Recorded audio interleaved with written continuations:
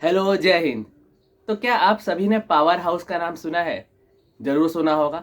Power house वो जगह होता है जहां से इलेक्ट्रिसिटी प्रोड्यूस होकर हमारे घरों में आता है। तो क्या हमारे बॉडी में कोई ऐसा पावर हाउस है जो हमको एनर्जी देता है? क्योंकि जब भी हम लोग कोई काम परफॉर्म करते हैं तो उसके लिए एनर्जी लगता है। हम लोग खाना खाते हैं, तो उस खाने से एनर्जी कहाँ बनता है, उसके बारे में आज हम लोग बात करेंगे।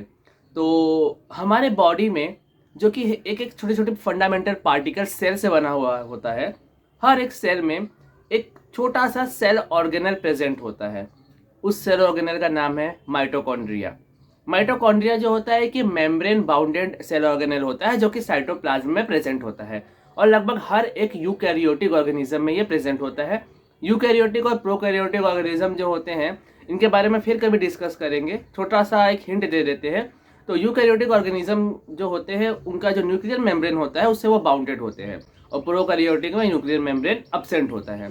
तो जो माइटोकॉन्ड्रिया होता है, इसका मेन फंक्शन क्या होता है कि ये हमारे सेल में रिस्पिरेशन का काम करता है। रिस्पिरेशन क्या होता है? तो जब हमारे बॉडी में हम लोग खाना खाते हैं या फिर ऑक्सीजन लेते हैं, वाटर लेते हैं, तो ये वाटर जो होता है, वो न्यूट्रिएंट जो होता है या ऑक्सीजन जो होता है, वो ब्लड के थ्रू हमारे हर एक सेल में पहुंचता है। और मेम्ब्रेन के थ्रू, सेल मेम्ब्रेन के थ्रू या प्लाज्मा मेम्ब्रेन के थ्रू हमारे सेल के अंदर ये एंटर कर जाता है।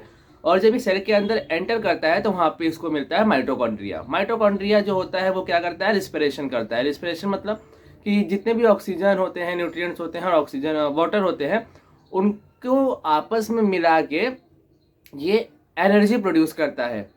और ये एनर्जी जो होता है, ये एटीपी के फॉर्म में प्रोड्यूस होता है। एटीपी जो होता है वो एनर्जी का यूनिट है, जिसका फुल फॉर्म होता है एडिनोसिन ट्राईफॉस्फेट। तो हमारे बॉडी में टोटल 36 से लेकर 38 एटीपी तक के एनर्जी प्रोड्यूस होते हैं। माइटोकॉन्ड्रिया लगभग लगभग सभी यूकैरियोटिक ऑर्गेनिज्म में पाया जाता है, जैसा कि हमने अभी बताया था। कुछ ऐसे हमारे बॉडी के पार्ट्स हैं जहां पे माइटोकॉन्ड्रिया अब्सेंट भी होते हैं, जैसे इरिथ्रोसाइट मतलब आरबीसी, रेड ब्लड सेल। हमारे रेड ब्लड सेल में जो माइटोकॉन्ड्रिया होता है वो अब्सेंट होता है। लेकिन कोई कोई ऐसे भी बॉडी ऑर्गन है जहाँ पे जो ये हमारा माइटोकॉन्ड्रिया होता है, इसका क्वांटिटी बहुत ज़्यादा होता है। जैसे कि लीवर, हमारे लीवर में माइटोकॉन्ड्रिया क्वांटिटी बहुत ज़्यादा होता है, क्योंकि हमारा जो कुछ ऐसे बॉडी ऑर्गन्स होते हैं जिनको की एनर्जी की ज़रूरत काफ़ी ज़्यादा होती है कुछ फंक्शन को परफॉर्म करने के लिए। तो माइटोकॉन्ड्रिया को powerhouse of the cell कहते हैं। जब भी यहाँ से एनर्जी रिलीज होता है, उसके बाद कुछ वेस्ट प्रोडक्ट भी रिलीज होते हैं जो कि प्लाज्मा मेम्ब्रेन के थ्रू हमारे बॉडी से इजेक्ट आउट हो जाते हैं। इसके अलावा हमारे बॉडी में जो एनर्जी होता है उसके दो और यूनिट है, एडीपी और एएमपी। एडीपी का फुल फॉर्म होता है एडिनोसिन डाइफॉस्फेट, और एएमपी का फुल फॉर्म होता है एडिनोसिन मोनोफॉस्फेट। लेकिन हमारा जो माइटोकॉन्ड्रिया होता है वो एटीपी के फॉर्म में एनर्जी को रिलीज करता है, एडिनोसिन ट्राईफॉस्फेट, जिसका अमाउंट होता है 36 से लेकर 38 तक।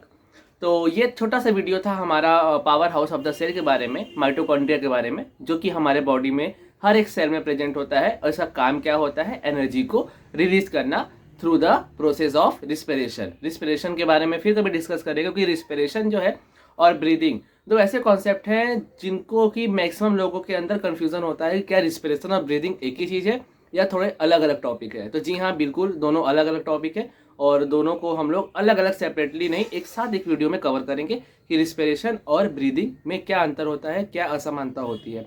तब तक के लिए थैंक यू वेरी मच। जय हिंद, एडियोस।